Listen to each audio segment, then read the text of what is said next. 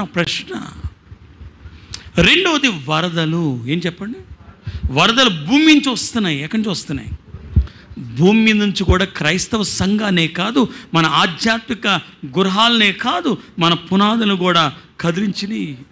ఒక రకంగా చెప్పాలంటే వర్షం కంటే వరద ఎక్కువ ఈరోజు బాధ పెట్టింది. ఇప్పటికీ తగ్గలేదండి. ఈరోజు కూడా తగ్గల. ఉరుముల నగర్లో ఈరోజు కూడా తగ్గల. గమనించే, వారం క్రితం వచ్చింది, పోయిన ఆదివారం ప్రారంభించబడింది, ఈ ఆదివారం వరకు ఇంకా తగ్గల. నీళ్ళలోనే మునిగి ఉన్నాయి అనేక వీధులు, అనేక గృహాలు. ఇంకా నీళ్లు పెరిగినాయి అని విన్నాను నేను నిన్న. నా మాటలు అర్థమవుతున్నాయా?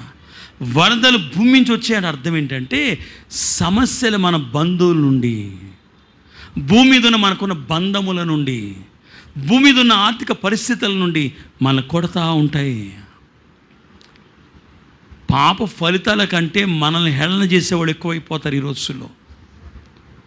ఓ ప్రార్థన ప్రార్థన అంటావు కదా, ఏం చేశాడు మీ దేవుడు అని ఒక ప్రక్కన వాడిలు మునిగిపోయి వీడిలు మునిగిపోయినా వీళ్ళని నిందించడానికి ఇష్టపడేవాళ్ళు కొంతమంది ఉంటారు.